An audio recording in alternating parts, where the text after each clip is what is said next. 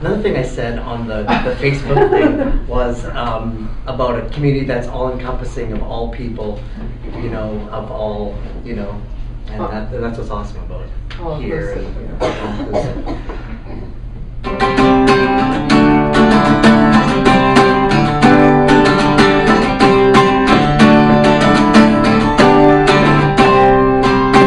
What else on earth do I have to do just to show you my love is true? Earthly wonders right inside your door. I've made a playground for beauty to explore. Mother Nature's stories I've created all for you. Count the stars, count the trees, grains of sand in the sea. Multiply that by forever, and you'll see what I mean. Count the waves crash ashore. The truth is I adore you, the power of infinity. I couldn't love you more. Count the stars, count everything in between. All that you give, and all that can't be seen. The seven wonders, pay them next to you. The next time you wonder if I really love you, count the stars.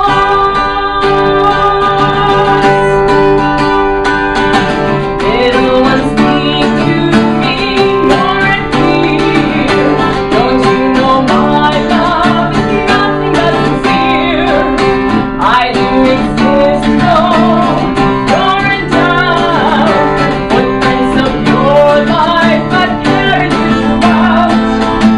You may not believe in me, but I believe in you. Count the stars, count the trees, grains of sand in the sea.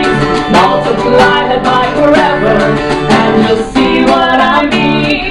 Count the waves crash ashore. The truth is I adore you, the power of infinity. I couldn't love you more. Count the stars, count everything in between. All that you give, and all that can't be seen. The seven wonders, pay them next to you. And the next time you wonder if I really love you, count the stars.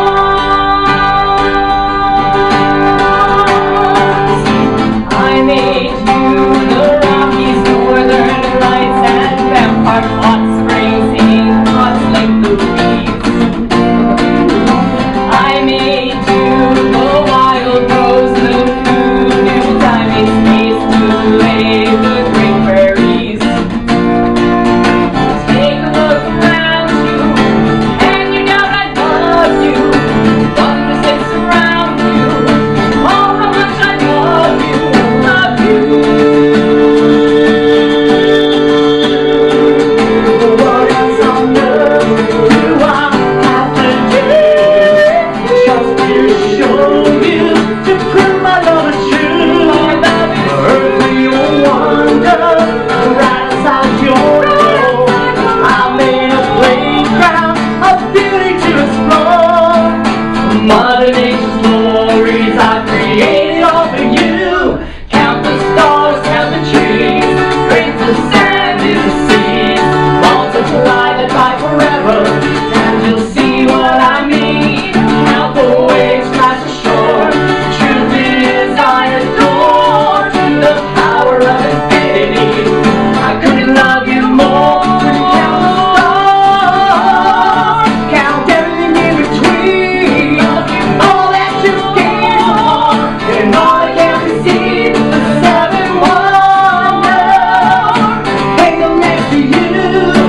The next time you wander, lost in despair. The next time you ponder if I really care. The next time you wonder if I'm really there.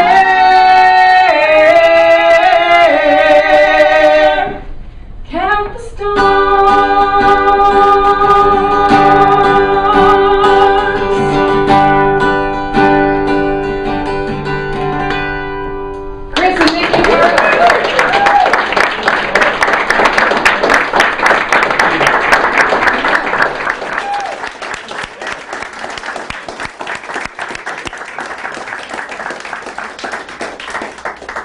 I don't know. I thought maybe you could have been a little more passionate singing that song. A little more into it. A little more into it. Does anyone have a Kleenex? Okay, I wouldn't mind one. Thank you.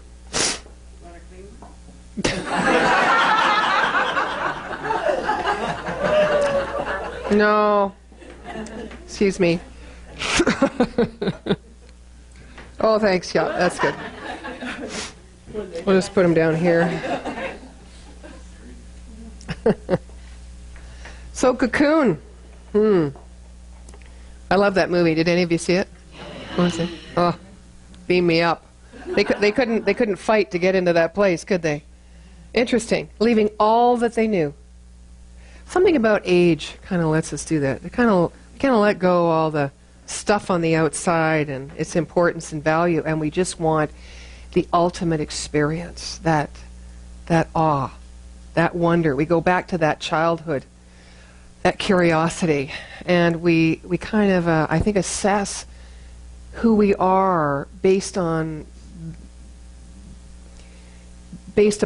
experience rather than intellect. And certainly this week has helped ground that within me. You know, this teaching teaches that thought creates everything. That everything that we experience in our life first has its home, its cause in consciousness, in our thought, that's the energy of our thought, and how we direct our thought, how we intend our thought. Now that's consciously and what exists in our subconscious mind. And I believe that's true, but something shifted for me this week. Eckhart Tolle once said, you may be familiar with this, let me just get this. The quality of our consciousness creates our life. But what creates the quality of our consciousness?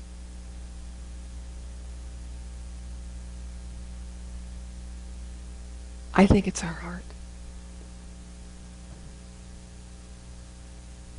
It's not different. It has an intelligence and a perception of wholeness, unlike our mind, right? Which, our conscious mind, which is where we hang out most of the time. It kind of divides, separates, deduces, analyzes, kind of fragments. It says, oh, this is who we are, this is who we're not. This is who they are, this is who they are not. This is what life is, this is what it isn't. This is what life can be, bless you, on the truth.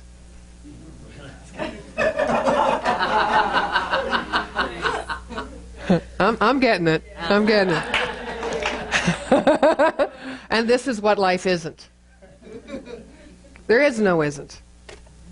There's only is. Isingness, right?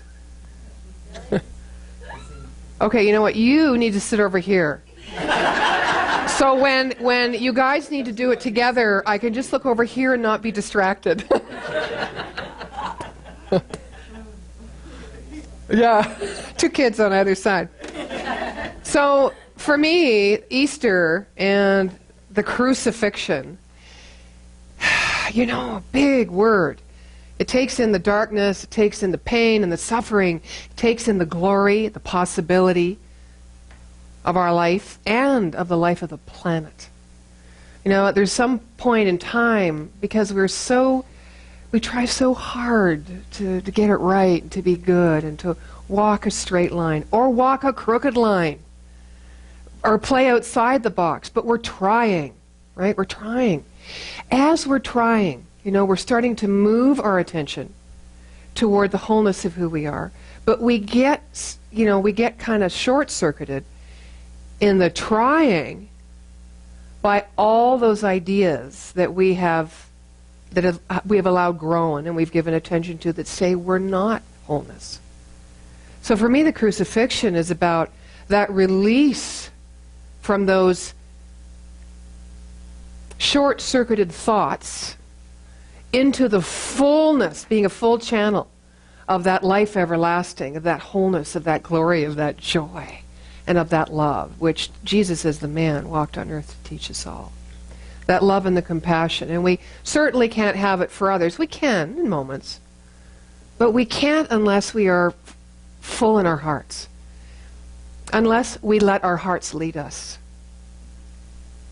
Lead us to the place through all the wilderness. The wilderness is that uncomfortable place before Jesus went to Jerusalem, where he knew what was going to happen. All the uncomfortable places within us. And I found out this week that the most uncomfortable, I didn't find out, I knew it all along. But what I did was I broke through it more this week. Right? Which are the places in me that are most vulnerable. I've gotten used to telling myself limited thoughts. I've gotten used to affirming things about myself in my life that I don't like or that I don't think are so good. I'm not vulnerable to that. I've affirmed it too long. Right? What I'm vulnerable to is the feelingness, not of the sadness and grief necessarily, when I look at what life could have been had I not had those thoughts. But I'm more vulnerable to the feelingness when I grasp what I truly am. That's big. That's bigger than big.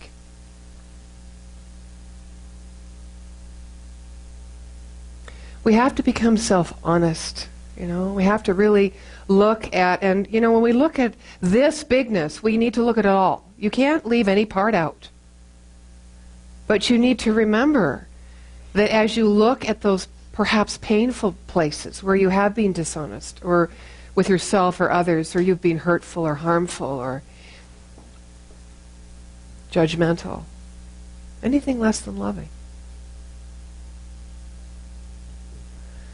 that it's all part of that sacred journey to that Christ consciousness that was born within you. It's all part of it.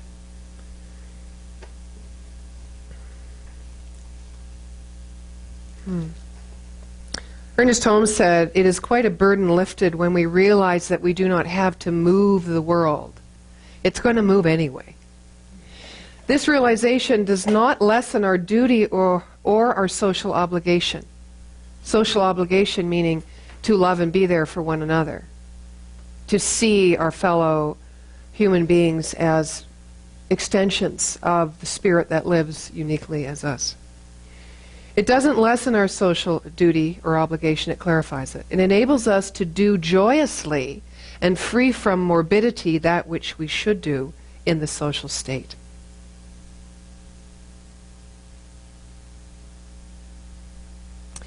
Emerson said, "The glory of friendship is not in the outstretched hand, nor the kindly smile, nor the joy of companionship. It is in the spiritual inspiration that comes to one when he discovers that someone else believes in him and trusts him." You know that you know how to smile and be kind. Sometimes it's with the fullness of heart. Sometimes it's because what you know is needed in the moment. Sometimes it's because the way you think you should be. Sometimes you be it, I be it, we be it, because it helps us feel better. And all of that's good. Sometimes we do it because it's a learned behavior. Because we know we should do it. And in those very moments that are disingenuine,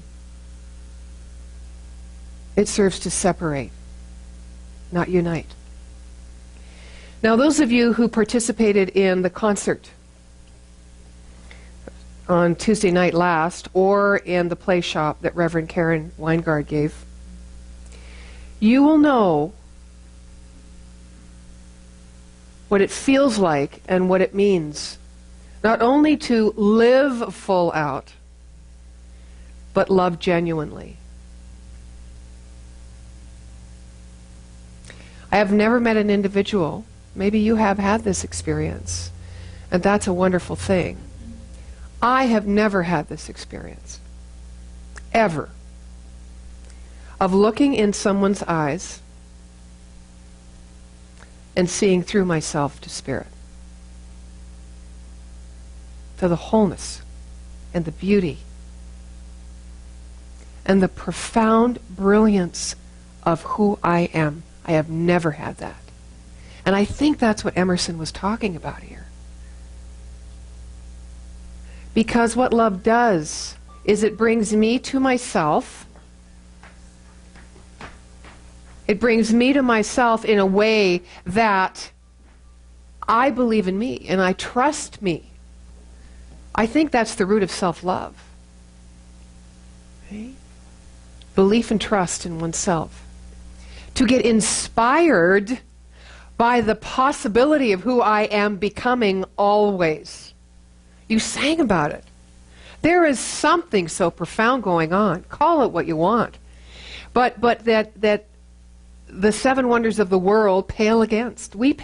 Pales against us. They're static. We're not. They're glory-filled. They're beautiful. They're magnificent. They shine, obviously, of the truth, of the glory of that which created them. Not like we do, because we're ever evolving. We're eternal. We have nothing to hold us back. I used to say, except our thought about who we are. Now I will say about the way in which we keep ourselves safe from the intimacy and the connection and the belonging to the love that we are and the love that we share. I have a cute story for you. I don't know if it's cute. Last time I said it was a funny story, I had 3 people come up to me and said, I don't think that was funny at all.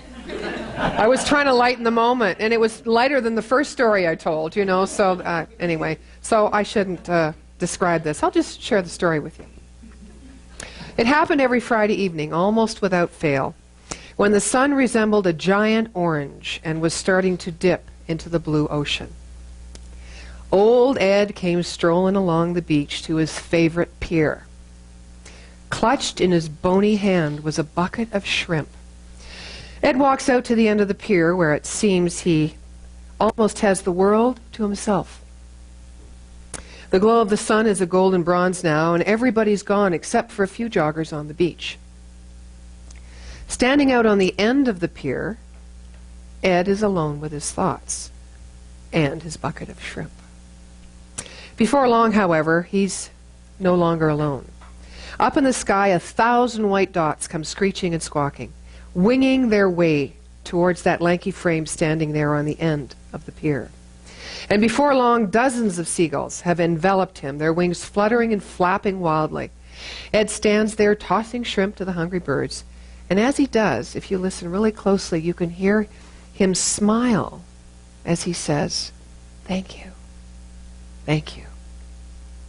Well, in a few short minutes, the bucket is empty. But Ed does not leave. He stands there lost in thought, as though transported to another time and place. When he finally turns around and begins to walk backwards to the beach, a few of the birds just follow him to the stairs, and then they fly away. And old Ed quietly makes his way down to the end of the beach and onto his home. Now, if you were sitting on the pier with your fishing line in the water, Ed might seem like a funny old duck, as your dad might say. Or a guy who's a sandwich shy of a picnic, as your kid might say. To onlookers, he's just another old codger lost in his own weird world, feeding the seagulls with a bucket of shrimp. To the onlooker, rituals can look either very strange or very empty. They can seem altogether unimportant, maybe even a lot of nonsense. Old folks, you know, really they do strange things, at least in the eyes of boomers and busters. Most of them would probably write off old Ed, but I think that's too bad. They would do well to know him better. His full name, Eddie Rickenbacker. He was a famous hero back in World War II. On one of his flying missions across the Pacific, he and his 7-member crew went down. Miraculously, all the men survived, crawled out of their plane and climbed onto a life raft. Captain Rickenbacker and his crew floated for days on the rough waters of the Pacific. They fought the sun, they fought sharks. Most of all, they fought hunger. By the 8th day, their rations ran out. No food, no water.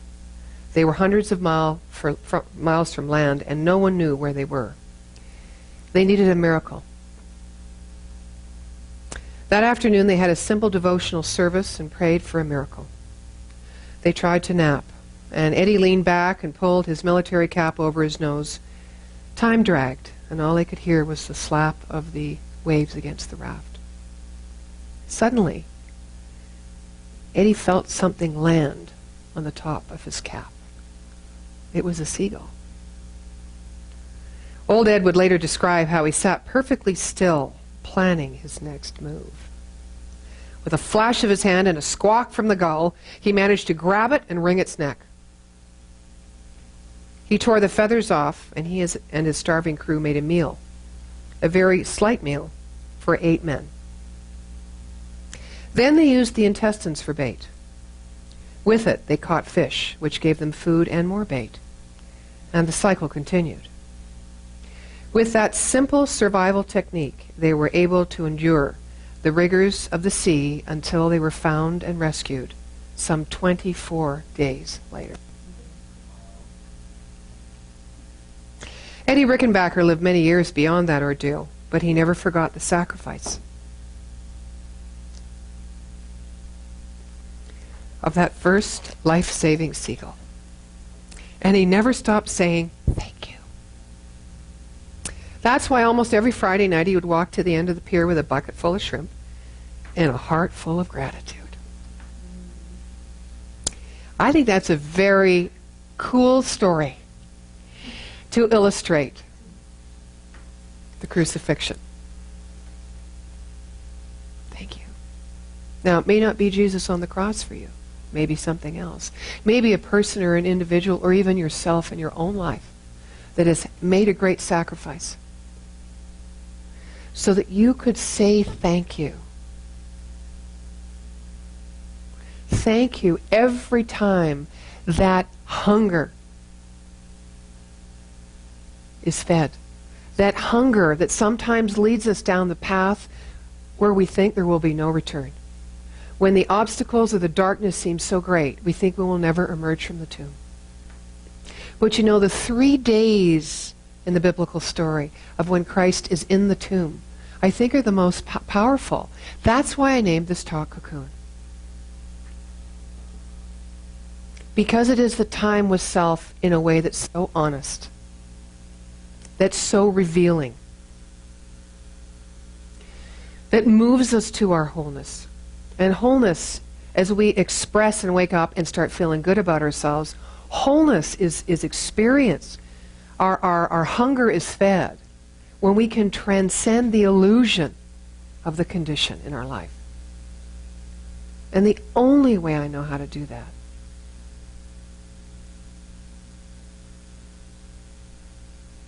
is by allowing myself to sacrifice what I think might happen, in other words, my safety, so that I can love. It's the only way I know how to do it.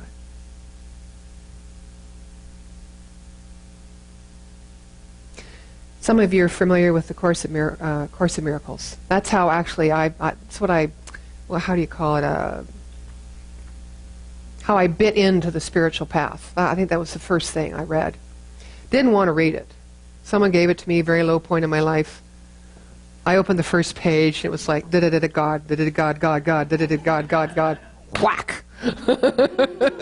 I whacked that God like those little moles in the Stampede. I love that game. I can't hit the heads of those moles fast enough. Jeez, I love that. Anyway, I digress.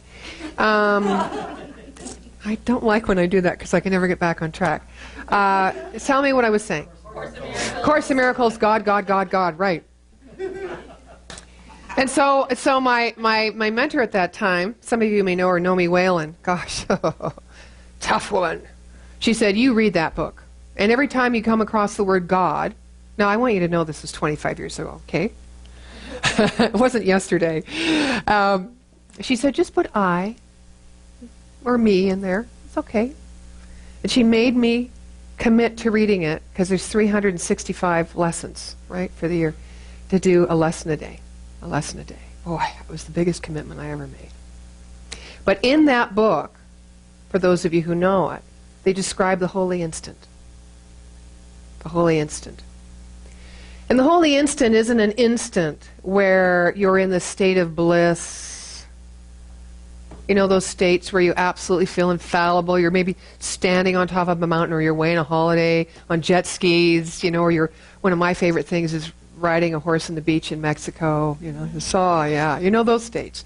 Yeah, you can feel connected, holy, like it's a holy moment. Like there's nothing outside this. That you are part of this greatness, this mystery, as well as life. You're part of everything. It's all integrated in you. The holy instant is about how we rise above the ego's perception and the idea that separates us out from that great truth and that mystery that is moving us, that is loving us. Again, your song was so beautiful to describe that.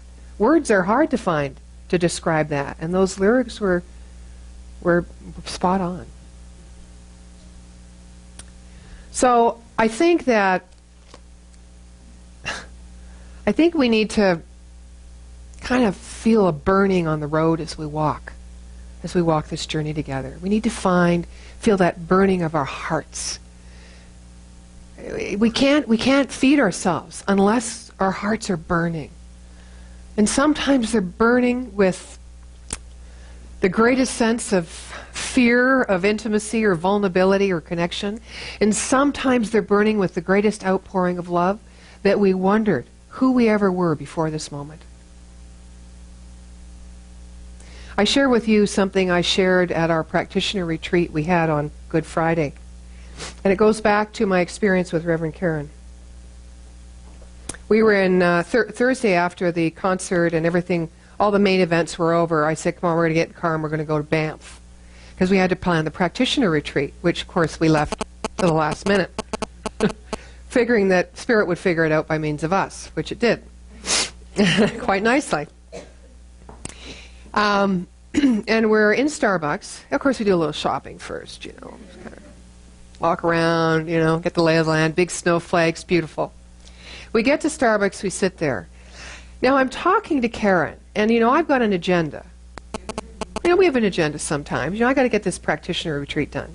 Because something inside me, even though I say, oh, Spirit will handle it, feels I haven't done my part, you know. I haven't done what I should do, my diligence, you know. After all, I want to give the practitioners a memorable, unforgettable experience of this day. And so I start laying out my ideas.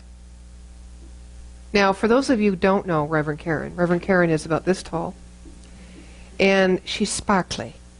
She's full of rhinestones, feathers, bright colors. She's from Hollywood, okay? Now, you just kind of Reverend Karen Weingard.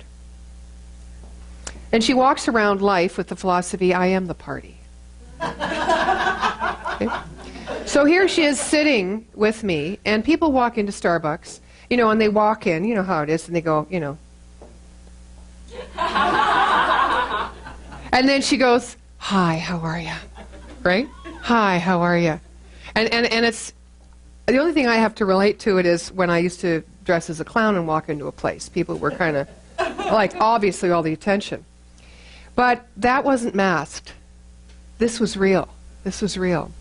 And as soon as she said, hi, how are you, and made eye contact, it was like there was this magnet. People were, like, walking toward her.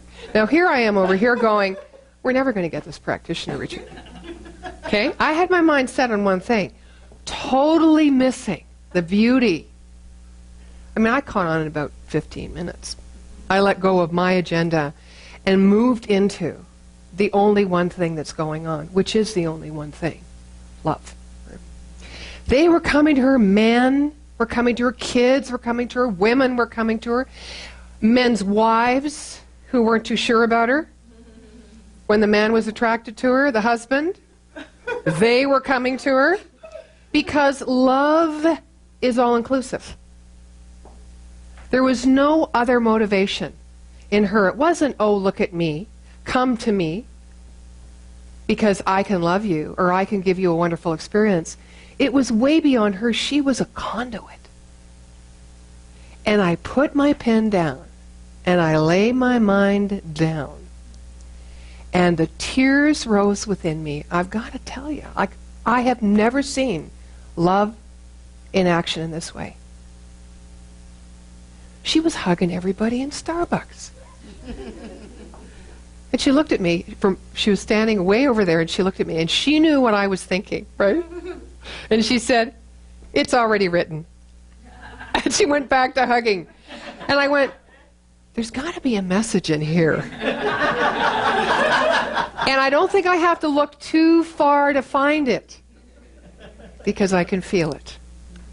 There it is. Right? There it is. The context in which we live our lives so much of the time is seeing what isn't, and therefore stepping back. Seeing what isn't, and by that, I don't just mean what isn't what it is we desire to be, what we want to be out there in circumstance or in here as our own personal development or identity of ourselves. It's not that. I think we keep safe from that idea that we don't know how to hold our power. But it's not our power that we're holding. It's Spirit, God's power. It is the potentiality of life and of love. And we don't have to do anything. We don't have to hold it. We don't have to mold it. We don't have to give it out. We don't have to shape it to make it look like something. It is. So if we just let go of the places within us where we hold it back, we've transcended.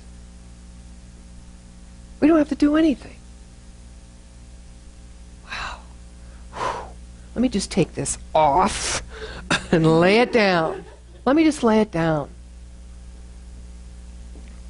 I always think of that. When I think of laying it down, it's funny. I've always had that vision. Before I could start intellectualizing the story of Christ's crucifixion, I'm always with my arms open. I don't know if any of you have that feeling. When I lie on the floor, I have one of those big rubber balls, those bouncy things, and I find that, protection's like this sometimes. So is the computer. But protection, and, in order to stretch and open up that chest area, that heart area, feels so good. I think that's what Jesus was doing. What do you think? Love. Well, I am changed. The birthing process to this place of the love that we are, I know, sometimes can be tough and challenging. Can be. It can be. Only because we think it needs to look a certain way. And we think we need to be a certain way.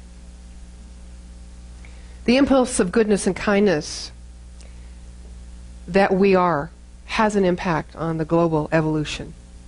So I think what we need to remember for this day is that we don't have to be any different than who we are, how we are in our life, the paths that we've chosen, the decisions we're making this moment or next.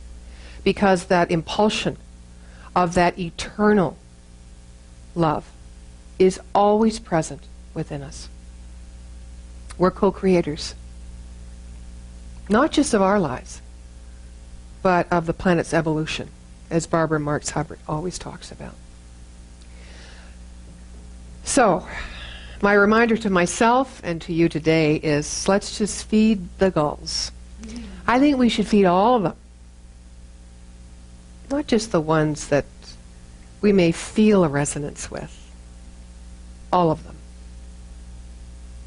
Let's feed them in very, very deep gratitude. Because there are people in our lives that we've known. There are people that we haven't known. And even ourselves, and we've forgotten a lot, even though sometimes our pain might be fresh. who have made sacrifices so that our lives can be what they are to this point.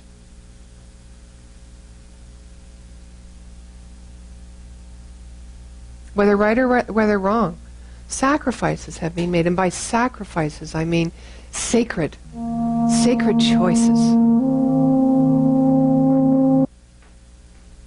So let's feed all of the gulls, including ourselves, in our hungriest moments, with buckets and buckets and buckets and buckets of shrimp. Go shrimp! I'm going to choose lobster. Because as Reverend Karen reminds us, and I'll never forget it, they shall know us by our love. And so it is. So it is.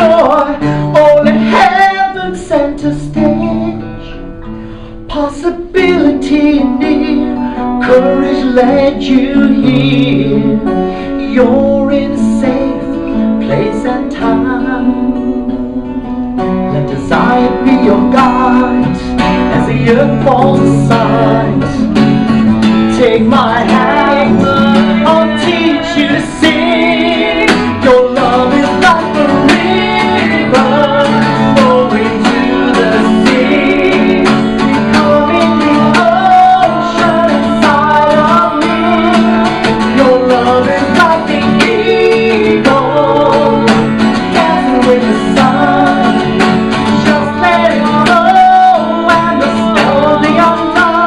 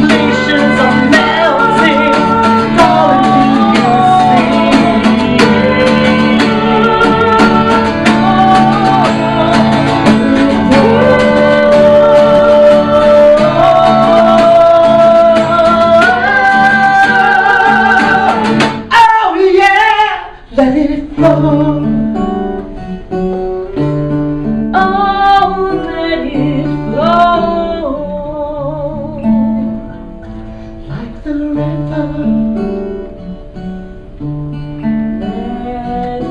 Let it flow.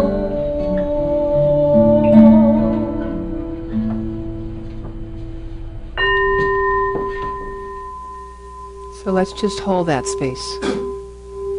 I invite you to close your eyes if it's comfortable. Let's move into that place of heart, of life, of love, of spirit. That wholeness, that place where our souls, our minds, our lives are fed with beauty and glory and grace, with warmth and joy and inclusion. Take a breath and take it in.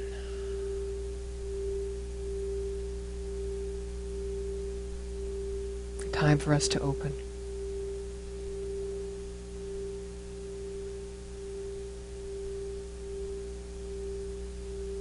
To that is us. That is whole.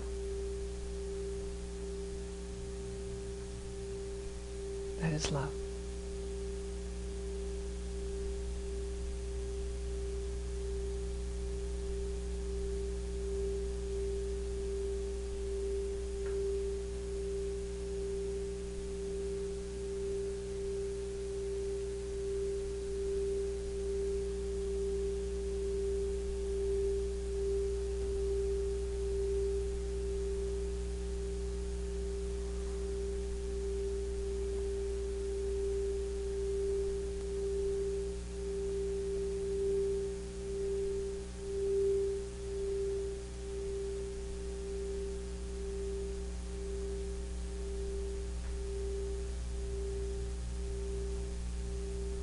I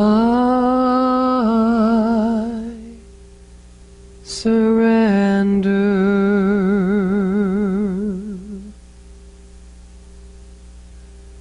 I trust and I know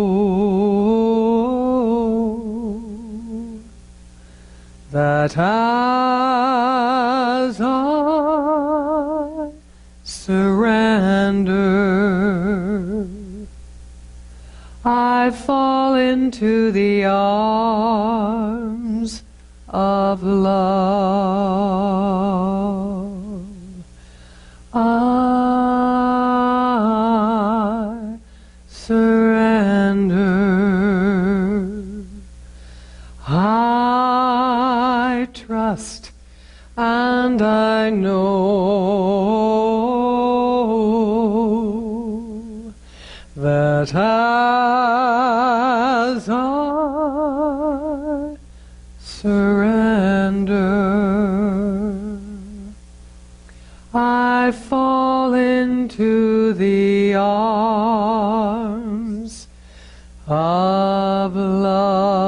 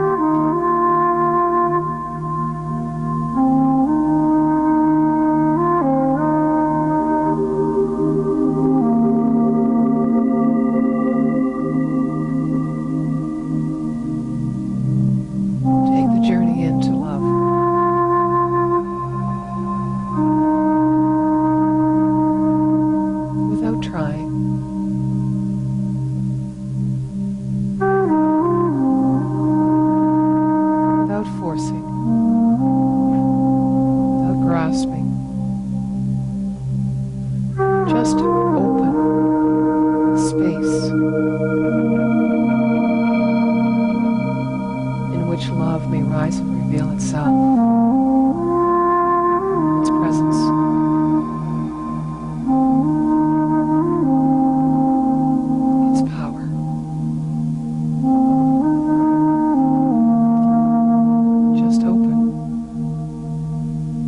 allow love's connection.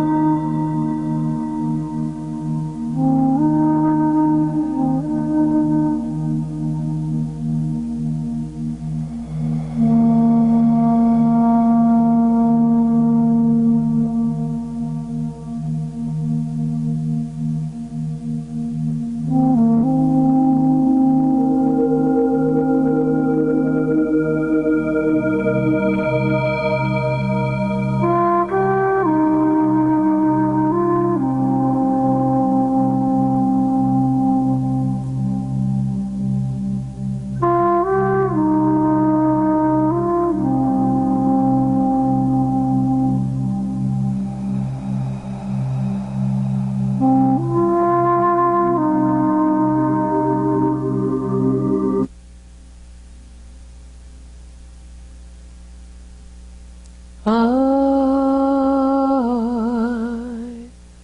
surrender.